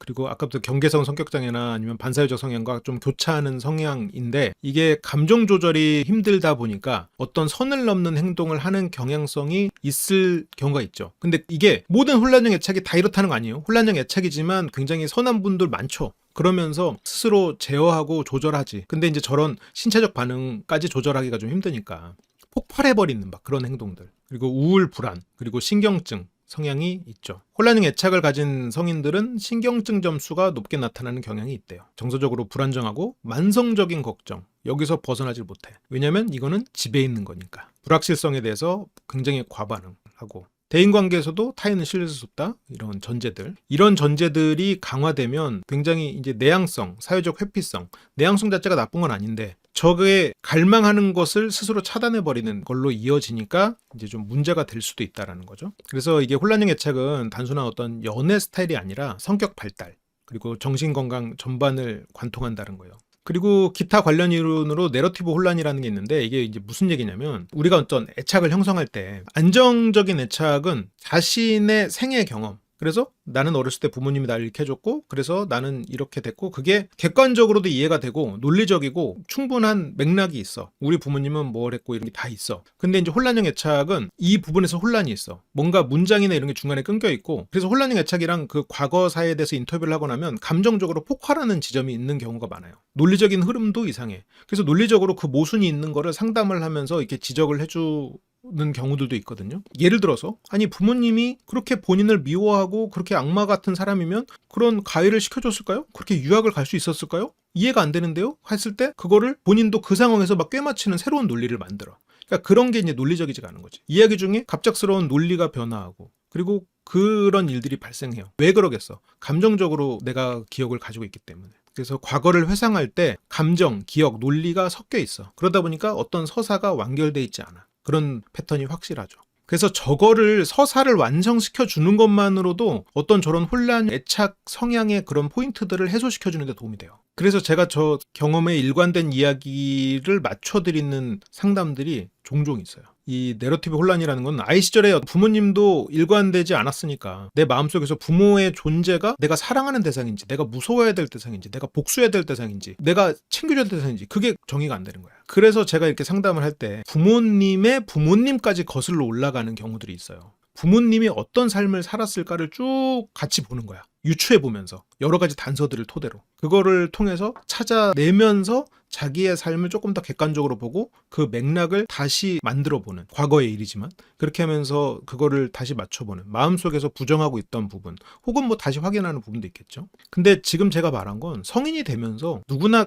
겪는 일인 것 같기도 해요. 어려서는 안 보이는 것들이 나이가 들어서 이제 서서히 깨닫거든. 근데 이게 이제 안 됐을 때 정서 불안, 관계 혼란, 자기의 불안정 이런 걸로 이어질 수도 있는 거죠. 그것도 인지치료의 한 부분일 수 있겠지. 그리고 메타인지의 결함, 아까 리오티가 했던 얘기지. 메타인지, 자기를 이해하고 타인의 마음을 추론하는. 혼란형 애착은 메타인지가 안 돼. 왜냐면 감정적으로 해석해주고 반영해주지 못했으니까, 그런 감정을. 그러다 보니까 자기의 감정을 인식하고 조절하는 기술이 없어요. 혼란형 애착은 둘 다 없어. 근데 뭐 굳이 따지자면 불안형 애착은 조절 기술이 좀 떨어지고 회피형 애착은 감정 인식 능력이 좀 떨어지거든요. 혼란형은 둘 다 떨어져. 메타인지 옛날보다 있는 것 같은데 다 심리대화랑 함께 하니까 메타인지도 되고 다 하는 거지. 다 심쿵이들 덕이다. 성인 관계에서도 그 문제가 나타나지. 자기를 모르게 돼. 내가 왜 이런 감정이 생기는지, 어떤 감정인지를 모르니까. 메타인지가 안 되니까 타인의 의도도 과다하게 해석하거나 왜곡하지. 사소한 갈등을 관계 전체의 붕괴라고 받아들이는 극단적인. 이렇게 되면 뭐가 돼? 흑백 사고가 돼버리지. 흑백 사고가 되고 감정 조절이 안 되니까 더 관계가 파탄나기가 쉽고, 그리고 상대의 감정을 내가 주관적으로 해석하는 게 너무 강하다 보니까 상대의 감정이나 행동을 잘 못 추론하고. 그래서 이런 것들은 좀 정신화 기반 치료라고 하는데, MBT, 자기와 타인에 대해서 안정적인 이해를 복구하는 그런 치료 방식. 나와 타인의 마음을 추측하는 게 아니라 이해로 다루는, 그러니까 사람 마음을 이해하고 자기 감정에 대해서 인지하고 그걸 토대로 타인의 마음도 인지하는, 그러니까 제가 나는 솔로나 이런 걸 분석할 때 실은 이 방법을 활용하는 거나 마찬가지예요. 왜냐면 내가 저 사람처럼 행동했다고 가정하고 저 사람은 왜 그랬지? 내가 무슨 이유로 그랬지? 이거를 다시 역추적해 가잖아요. 그런 과정들도 일종의 MBT 방식이라고도 할 수 있어요. 저 사람이 저런 거 이해 안 돼. 저 사람이 나쁜 거야. 이렇게 그냥 해석하는 게 아니라 내가 저 행동을 했다고 가정하고 나는 왜 이 행동을 한 거지라고 역추적해보는 방식도 여기에 이제 일환이라고 할 수 있죠. 그런데 자, 이게 끝이냐? 그게 아니죠. 신경 가속성이라는 게 있어요. 내가 치킨을 털었다면 왜 털었을까? 저렇게 많이 털었다면 손이 떨려서 그럴 리는 없는데, 치킨 보라고 그럴 리 없는데, 내가 이걸 왜 그랬지? 왜 털었지? 내가 치킨이 작구나. 그렇게 찾아 나가는 거죠. 물론 이렇게 한다고 무조건 찾을 수 있는 건 아닌데 최소한 찾을 가능성이 생겨나죠. 근데 저 사람은 나쁜 사람 이래버리면 그 사람의 행동의 이유나 감정을 찾을 가능성이 사라져버려. 이게 실제로 초기 애착이 뇌 발달에 영향을 미친대요. 뇌가 다른 거야. 실제로 이 애착 형성이 뇌 발달에 영향을 미치는데, 안정 애착을 경험한 아이는 스트레스 조절 회로가 건강하게 발달한대요. 옥시토신, 뭔가 어떤 애착 관계, 어떤 뭐 스킨십이나 이런 걸 할 때 나오는 호르몬이죠. 그것도 안정적으로 작동을 한대요. 그런데 혼란형 애착 아이들은 어떨까? 만성 스트레스 상태야. 그래서 과각성 반응 패턴이 돼. 항상 스트레스인 상태. 그러니까 예민해. 위협 자극에 대해서 편도체, 과활성화, 어떤 뭐 겁을 먹거나 불안하거나 이런 것들이 과활성화돼. 안정감이 연결돼 있지 않아. 안정감을 잘 못 느껴. 근데 너무나 다행인 얘기는 성인도 이 신경 가소성 을 통해서 애착 패턴이 변할 수 있다. 뇌가 다르게 형성돼 있어도 다시 안정감을 찾을 수 있다. 안정적인 인간관계, 배우자, 뭐 치료자 등 새로운 신경 공로를 형성해서. 그래서 그 교육을 받잖아요. 우리가 뭔가를 공부하잖아. 그럼 그 시냅스에 이렇게 도마뱀 꼬리 나듯이 생겨. 우리가 공부를 할 때마다 이 뇌는 계속 바뀌는 거야. 이렇게 생겨. 우리의 뇌는 계속 변하고, 그리고 그게 공부를 많이 할수록 더 깊어지고. 그러면 우리가 어떤 불안을 계속 생각할 때 우리의 뇌는 어떻게 변하고 있을까? 계속 그쪽으로 경로가 나겠지. 제가 그런 예시 드리잖아요. 그쪽을 고속도로라고 생각하고 그 고속도로로 다니는 자동차를 차단하세요라고 제가 그렇게 비유를 한단 말이에요. 그게 실질적인 거예요. 이 뇌에 형성하는 그 시냅스들, 그게 뭐 하여튼 엄청 많은데, 아무튼 그거의 경로에 더 이상 뭘 주지 말라는 거야. 그게 자동차로 비유했을 뿐 실질적인 얘기입니다. 많이 간 곳에는 길이 넓어지고 길이 더 커지는 거야. 그래서 그거를 차단하라고 말씀을 드리는 거예요. 실제로 우리의 뇌를 우리의 선택으로 바꿀 수 있다는 거야. 지금까지 드렸던 말씀이 실은 다 여러분들의 뇌를 그렇게 만들으라는 얘기예요. 우리가 계속 나는 솔로를 그런 사고방식으로 해석하고 그런 게 다 우리의 뇌를 이렇게 변화시키는 과정인 거야. 새로운 신경 경로가 형성이 되거든. 그래서 이는 학습된 안정감, 이게 우리가 목표로 하는 부분이에요. 그래서 혼란형 애착자도 장기적인 신뢰관계, 치료적 개입, 이런 것들을 통해서 뇌 수준에서 우리의 뇌가 바뀐다는 거지. 안정적으로. 참고 문헌들은 이렇게 있고요. 혹시라도 보실 분들 보시고. 근데 이게 끝이냐? 아니죠. 우리가 뇌 얘기가 나왔으니까 뇌 얘기 조금 더 해야지. 뇌과학으로 본 혼란형 애착, 조금 더 최신 자료들이에요. 왜 뇌과학이 중요한가? 이게 혼란형 애착은 그냥 몸과 뇌에 기록된 경험의 흔적이거든. 그게 그냥 혼란형 애착은 뭐 성격이 이상해, 이게 아니거든. 환경에 따라 애착이 다를 수 있죠. 근데 친밀한 관계에서 가장 많이 일어나는 일이죠. 근데 그 환경에 따라서 변화가 많이 있을 수 있어요. 특히 이 초기 애착 경험은 스트레스 시스템, 편도체 해마 같은 감정 처리, 기억, 그리고 호르몬 시스템에 상처, 깊은 흔적을 남기는데, 그래서 이런 뇌과학이 필요하다. 그래서 핵심 논제가 3가지예요. 스트레스 호르몬, 그리고 기억, 그리고 신경, 이런 3가지로 볼 텐데, 한번 첫 번째부터 봅시다. 스트레스 호르몬 어떨까? 아까도 간단하게 얘기했지만 이게 스트레스가 생길 때 나오는 그 호르몬이 코르티졸이잖아요. 그게 달라. 혼란형 애착인 애들은 안정 애착인 애들에 비해서 코르티졸 리듬 자체가 평탄하고 둔감해. 좀 상대적으로 일정하다는 거야. 보통 사람들은 아침에 높고 저녁에 낮고 이런 뭔가 리듬을 보이는데, 혼란형인 애들은 별로 변화를 안 해. 그냥 일정해. 그 얘기는 항상 스트레스를 받고 있는 상태여서 그럴 수가 있어. 이게 만성 스트레스 상태야. 만성 스트레스에 노출되니까 내가 스트레스를 받아도 이 스트레스 시스템 자체가 반응을 잘 안 하는 거야. 무뎌져 버린 거야. 이게 어른이 돼서도 이어져요. 어떻게 되겠어? 스트레스가 그냥 항상 차 있으니까 조금 스트레스를 받아도 그냥 항상 이게 과도하게 반응을 해버리거나, 아니면 스트레스를 받아도 받은지 모르고 그냥 쭉 가버리는 둔감형이 되거나, 2가지의 케이스로 나타난다는 거예요. 반응이 과민하거나 무감각한 그 양극단에 치우쳐 있을 수 있대요. 그래서 과민해도 혼란형일 수 있고 무감각이어도 혼란형일 수 있다는 거예요.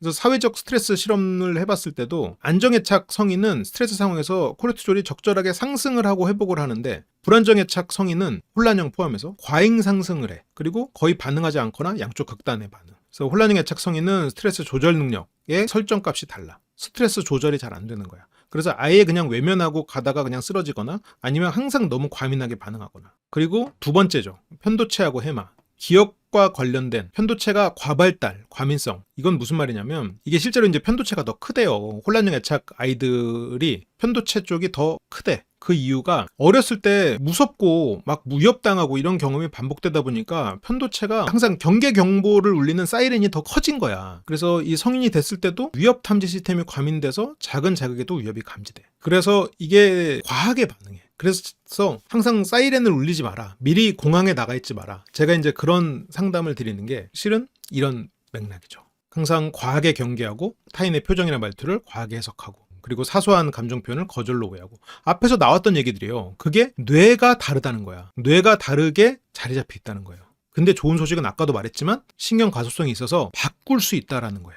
근데 뇌 구조가 다른데 그게 쉽게 바뀌겠어요? 쉽게는 안 바뀌지. 그래서 제가 그냥 그거 안 바뀝니다. 그걸 다뤄야 됩니다. 근데 다루다 보면 어느 순간 바뀌어 있어. 포기하지 말고 바르다 보면 신경 가소성으로 인해서 바꿀 수가 있는데 뇌 구조가 다른데 하루아침에 딱 어떤 한 마음을 먹었다고 바뀌겠냐고. 그렇게는 안 되죠. 시간이 필요해요. 포기하지 않고 꾸준하게 가는 게 필요해. 해마의 보상적 변화. 해마 크기가 증가하는 그게 보고된 연구가 있었는데 해마 하면 딱 떠오르는 게 뭐야? 기억이잖아, 기억. 그리고 이거는 기억과 감정. 원래 기억은 감정이 붙어 있으니까 감정이 붙어 있는 기억이 오래 가고 과거 사건의 맥락. 과거에 내가 일어났던 사건을 실제로 기억하는 게 감정적으로 기억하면 그 기억이 왜곡된다고 제가 자주 말씀드리잖아요. 그래서 해마가 과부하 적응 형태. 이게 무슨 말이냐면 감정적으로 기억을 처리해버린다라고 이해도 돼요. 그래서 감정적으로 기억을 처리하니까 왜곡될 확률이 증가하지. 실제 그 사건에 대한 기억보다 감정이 더 오래 남아요. 감정을 기준으로 사건을 다시 해석해. 그래서 왜곡된 얘기를 할 가능성이 더 높아져. 과거에 부정적인 경험을 했기 때문에 현재 관계에서 해석에 그걸 투사해. 무슨 말이냐면 과거에 이 사람이 나에게 어떤 상처를 줬어. 그러면 지금도 나한테 상처를 주고 있다고 해석해. 근데 이 사람과 이 사람이 아니야. 전남친이야. 전남친에게 내가 받았던 부정적인 패턴을 이 사람과의 관계에서 투사해. 부모님에게 받았던 거를 여기다 투사해. 그렇게 기억이 왜곡될 확률이 더 커지죠. 그래서 MRI로 봐도 또 특징이 있어. 감정 자극 처리의 패턴이 달라. 혼란형 애착 성인한테 어떤 정서적인 자극, 어떤 대인관계의 단서 이런 거를 주면 이런 편도체나 해마 이런 변형기 활동 아까 뭐예요? 약간 위협이나 두려움이나 이런 거를 대비하는 그런 능력이나 그러니까 경계 경보지. 그리고 감정적인 기억 이런 게 과도하게 활성돼. 예민하게 반응하고 과하게 해석하고 그런 일들이 벌어진다는 거야. 감정 조절 영역은 비효율적인 활성 패턴이 되고 그게 무슨 말이냐? 감정은 쉽게 자극되고 조절 시스템은 브레이크를 못 건다는 얘기. 감정적으로 기억해버리고 불안과 이런 거는 또 쉽게 흔들리고 왜 이렇게 감정이 폭발하고 감정이 차단되고 이럴까? 감정 시스템은 과하게 활성화돼 있어. 조절 시스템은 이미 너무 많이 쓰고 있어가지고 과부하 상태야. 그래서 이러다 보니까 감정이 더 다른 사람보다 널뛰게 되는 거지. 어떤 날은 폭발하고 어떤 날은 차단하고 이게 혼란형 애착의 핵심 행동과 일치하는 거죠. 이게 뇌의 변화 자체에서 다 드러나 있다는 거예요. 유전자랑 옥시토신 연구에서도 나타나요. 여기서도 차이가 발견됐어. 옥시토신 시스템에서도 일부 연구에서는 혼란형 애착자가 이 옥시토신 분비 패턴이나 아니면 이 옥시토신 수용체 변이의 차이가 관찰됐대. 그러니까 옥시토신 자체가 호르몬 자체가 다른 거야. 아까는 뇌가 달랐지 이번에 호르몬이 달라. 이 결론은 근데 이 부분에 대해서는 아직 조금 논쟁거리가 있대요. 아직까지는 이 부분에서 결론은 아직 좀 확실하게 나진 않았나 봐. 근데 이 정서 안정, 신뢰 형성으로 관련된 호르몬 시스템이 조금 손상돼 있거나 비효율적으로 작동할 가능성이 있는 거지. 옥시토신이 다른 사람과 다르게 분비되거나 옥시토신 수용체 유전자 이건 그러니까 옥시토신은 있는데 그게 실제로 뇌에 와서 영향을 미치는 게 안 되는 거야. 얘네들이 이 뇌에 있는 어떤 강을 건너와가지고 뇌에서 활동을 해야 되거든요. 근데 얘네가 강을 못 건너와. 항구가 없어가지고. 그게 저 수용체 개념이거든요. 강을 건너는데 항구가 없으니까 갈 데가 없네 이렇게 돼버리는 거야. 그러니까 옥시토신은 넘쳐나는데 실제로 옥시토신이 활동을 못하는 거지 뇌에서. 그러니까 이거는 옥시토신 분비 패턴은 옥시토신이 언제 수용하러 오느냐 아니냐 언제 강을 건너느냐 얘기고 수용체 이거는 얘네들을 받아들일 항구가 없다는 얘기고 근데 어쨌건 그게 가능성이 있다는 거죠. 그리고 다른 이런 신경 전달 물질들도 좀 혼란형 애착과 연관성이 보고된 사례들이 있고 그래서 이게 충동적으로 연애하고 감정이 폭발하고 그리고 위험한 성적 행동 등 이런 것들도 설명이 가능하다는 거예요. 근데 이거는 좀 닭이 먼저냐 달걀이 먼저냐일 수도 있어요. 충동적인 연애를 하고 감정이 폭발하고 이러다 보니까 저런 도파민이나 이런 세로토닌 같은 데 영향을 줬을 수도 있을 것 같아. 그래서 이런 뇌과학적 의미는 애착은 뇌 발달 구조를 형성할 수 있다. 혼란형 애착은 항상 경계태세, 항상 스트레스를 받는 상태, 사이렌이 울리는 상태의 시스템이다. 폭발은 빠르지만 조절은 어렵고요. 감정이 과부하되면 감정을 꺼버리는 그런 상태고, 이거는 생물학적인 반응 패턴이다. 하지만 뭐야, 변화가 가능하다. 우리는 이거에 집중해야 돼. 변화가 가능하다. 신경가소동 덕분에 성인의 뇌도 경험에 의해서 변화한다. 이거는 이제 우리 몫인 거야. 안정적인 관계, 치료, 반복된 안정 경험, 그 신뢰를 쌓을 수 있는 관계, 이런 것들이 다시 획득된, 습득된 안정애착으로 이동이 가능하다. 그러니까 우리는 그거를 습득할 수 있다는 거예요. 우리의 몫이라는 거야. 그러다 보니까 이제 연애 초반이 뜨겁지. 그런데 점점 불안해지지. 친밀감이 느껴질수록 점점 상대의 의도에 대해서 의심하고 이 사람이 떠날 거다라고 두려워하고 스스로 관계를 흔들고. 근데 혼란형 애착이 좀 심한 경우에는 이게 내가 그렇구나라는 생각을 못해. 상대가 문제가 있다고 해석해버려. 그래서 친밀감이 깊어질수록 처음엔 안정으로 시작하지만 점점 긴장되고 불안하고 파국, 그렇게 돼버리죠. 처음에는 상대를 신격화했다가 나중에는 긴장하고 내가 불안하니까 상대를 나쁘게 해석하고, 그러게 파국으로 이어지고, 그게 죄책감으로 이어지고, 성관계에서 나타나는 좀 무의식적인 패턴이 있어요. 이거는 아까보다 조금 더 깊이 들어가는데, 성관계 도중에도 마음이 온전히 열리지 않아. 그래서 순간적으로는 강한 애정욕이나 욕구를 표현을 하는데, 이건 예시예요. 무조건 다 그렇다는 건 아니야. 근데 감정적으로 딱 깊이 연결되는 순간 갑자기 차가워져. 감정이 차단되고, 그 애인 입장에서는 아니 금방까지 그렇게 애정 표현하더니 갑자기 왜 멀어지지? 라는 혼란을 겪게 돼버리지. 그 원인이 뭐냐면, 신체적으로 친밀감을 원하는데 어떤 정서적으로 노출이 되면 위험하다고 해석을 해. 그래서 성관계의 감정적 의미를 위협으로 재해석하는 내적 모델이 작동해. 그러면 어떻게 되겠어? 이게 성관계를 통해서 친밀해지고 이 사람하고 그렇게 안정적인 관계가 됐을 때 위협이라고 재해석을 하는, 그게 마음속 깊은 곳에 존재한다면 이런 사람은 어떻게 될까? 감정 없는 섹스나 캐주얼한 행동을 하는 경향이 있죠. 현재 타임하고는 좀 다르죠. 혼란형 애착에서 드러나는 이 패턴으로는 뭐가 있냐면, 감정이 배제된 거, 원나잇 스탠드, 감정 없는 신체적 교류, 이런 것들을 추구하는 경향이 다른 유형에 비해서 더 많대요. 혼란형 애착 성인은 성적 일탈, 충동적인 관계, 파트너를 다수 교체하는. 예를 들어서 뭐 외도의 경향은 회피 성향이 높다면 충동적인 관계는 혼란형이 높은 거지. 아니면 뭐 야동 과몰입, 그리고 감정 분리된 성적 관계, 이런 것들을 보일 확률이 높다는 거예요. 그래서 왜 이런 행동이 나타나나? 실제로 내면은 정서적인 친밀감이 두렵기 때문에. 그런데 이런 관계를 맺다 보면 고립감과 공허감이 커지니까 또 그게 공허하고, 그러니까 다시 육체적 접촉을 찾아. 그래서 그런 식으로 가벼운 친밀감을 얻어. 근데 이게 감정 없는 섹스라고 했는데, 이렇게 막 말하면 라이브 잘리는 거 아니겠지? 저게 꼭 성관계로 나타나는 것만은 아니에요. 저게 성관계가 아니라 그냥 다른 사람들과 어떤 일종의 파티를 즐기는 걸로 나오기도 해요. 고립감, 공허감을 즐기기 힘드니까 가벼운 관계를 많이 만들어.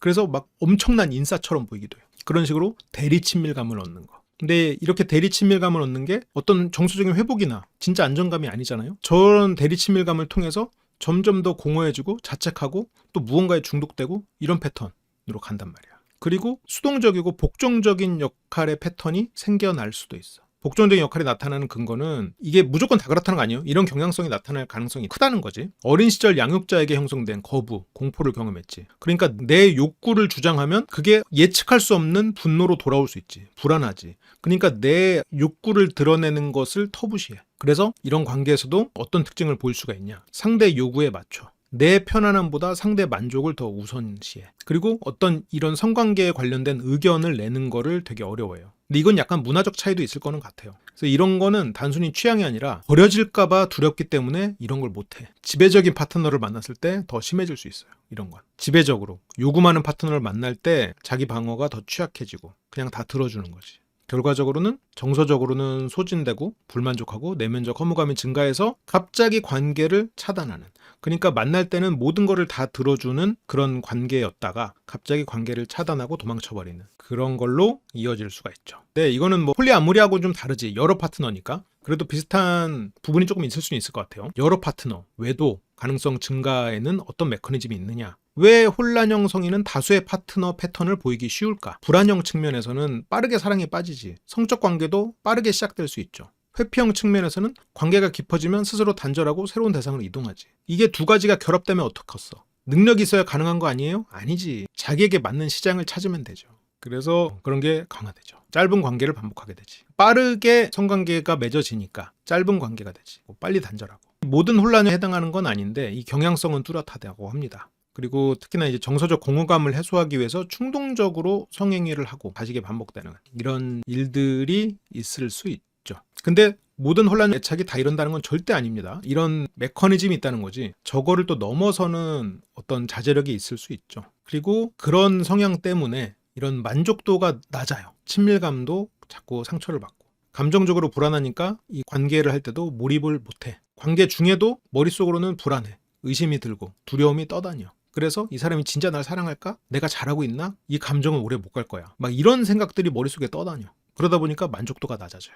파트너는 분명히 아까까지는 좋았는데 왜 이렇게 거리감이 느껴지지? 이렇게 돼버리지. 그러다 보니까 이런 게 관계 전체의 만족도 하락으로 이어질 수가 있다라고 합니다. 성적 친밀감 문제가 연인 간의 정서적 결속력을 약화시키고 상호 신뢰, 애정 표현을 감소시키는 걸로 이렇게 쭉 이어지는 거지. 그래서 장기적으로 안정성을 해치는 이유 중에 하나다. 그러면 혼란형 애착은 어떻게 극복하죠? 변화 가능성은 있나요? 있죠. 앞에서도 말했지만 신경 가소성. 근데 이제 가장 중요한 전제가 있어. 우리는 혼란형 애착은 충분히 변화 가능하다고 생각해야 돼. 노력과 새로운 경험을 통해서 획득된 안정 애착으로 갈 수 있다. 우리는 습득할 수 있다는 거야, 이게. 근데 여기에 이거에서 필요한 게 두 가지가 있어요. 하나는 자기 이해, 메타인지지.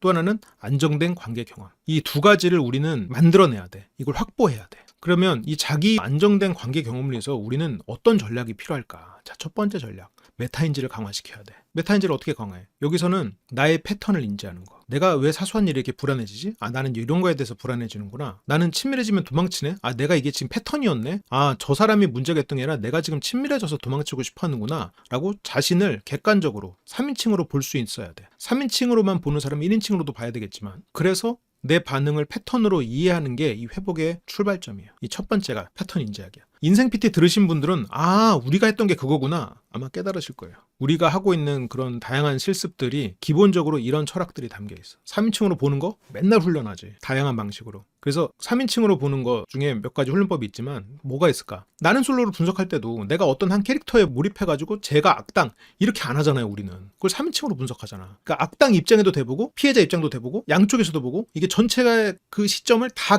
경험해보면서 그걸 찾아가잖아요. 그게 패턴을 인지하는 데 도움이 되죠. 3인칭으로 보는 거. 3인칭으로 보는 거 되게 어려워요. 그게 어떤 분은 3인칭으로 보는 게 너무 쉽거든요. 근데 그런 분은 또 1인칭으로 보는 걸 또 되게 어려워하는 경우도 있어. 사람마다 되게 달라요. 그리고 자기 비난에서 벗어나야 돼. 이 혼란형은 내가 문제다. 이런 자기 비난. 이게 내가 문제가 아니라 이거는 부모님의 목소리였구나. 아니면 어떤 외부 환경의 목소리였구나. 나는 문제가 아니구나. 라는 거. 나를 비난하고 있는 것과 실제 나의 문제를 분리하고 내 가치는 거기에 있지 않다라는 거를 자꾸 인지해야 돼. 내가 패턴을 보는 순간 내가 아, 이런 패턴이구나. 이런 패턴에서 이렇게 행동해야지 하고 내가 다른 행동을 선택할 수 있어. 내가 나를 어떤 패턴으로 보고 얘한테 다른 솔루션을 주고 그 솔루션대로 행동하면 뇌가 바뀐다는 거야. 우리의 뇌는 그만큼 변화할 준비가 돼 있어. 그것 또한 나지만 우리는 너무너무 많은 뇌가 있어. 테세우스의 배에는 모든 부품이 바뀌었어.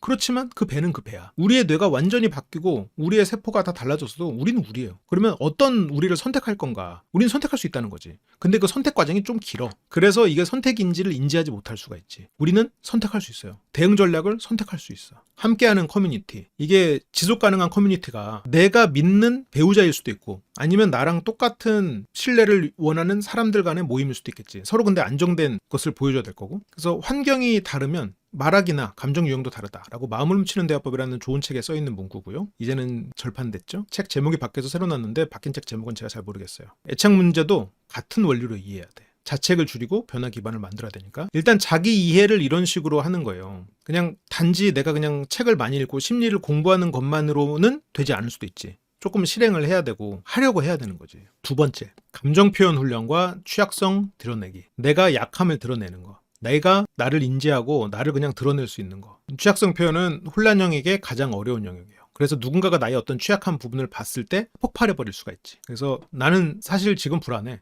네가 멀어질까봐 두렵다. 이런 말을 못해요. 왜냐면 이런 말 하면 버려질 것 같거든. 이런 말은 못하는데 이런 말을 스스로에게 계속 하고 있어. 근데 이런 말을 입 밖으로 못 꺼내. 버려질까봐 두려워서. 근데 실제 효과는 반대야. 진실을 표현하면 상대가 나를 더 이해하게 되지. 그리고 긍정적인 반응을 하면서 내 안에 어떤 애착에 취약한 아이가 새로운 경험을 하게 돼. 아, 이거 드러내도 되는구나 하면서 진짜 변화가 하나가 시작되지. 내가 솔직해도 관계가 깨지지 않는다는 새로운 경험이 애착 패턴이 바뀌는 그 시작점이 될 수 있어요. 나를 드러내보는 거. 세 번째, 감정을 소모하지 않는 대화법이군요. 맞아, 그런 제목이었던 것 같아. 맞아, 저 책인데 제목이 조그매서 잘 안 보여. 세 번째, 일관성, 예측 가능성. 나 스스로 일관된 사람이 돼야 돼. 그걸 되려고 노력해야 돼. 내가 감정 기복이 심하잖아요? 그때는 한 박자 쉬는 걸 연습해야 돼. 한 박자 쉬고 소통하는 거. 그리고 일관적인 사람을 만나는 것도 중요하지. 이 안정애착 파트너는 혼란형의 어떤 불안정한 부분을 완충시키는 강력한 보호 요인이 되죠. 그리고 내가 안정애착인 것처럼 누군가에게 저런 안정성을 주는 사람으로 해보는 것도 도움이 되는 거예요. 그래서 파트너에게도 재확인이 필요하다. 일관된 애정 표현이 도움이 된다.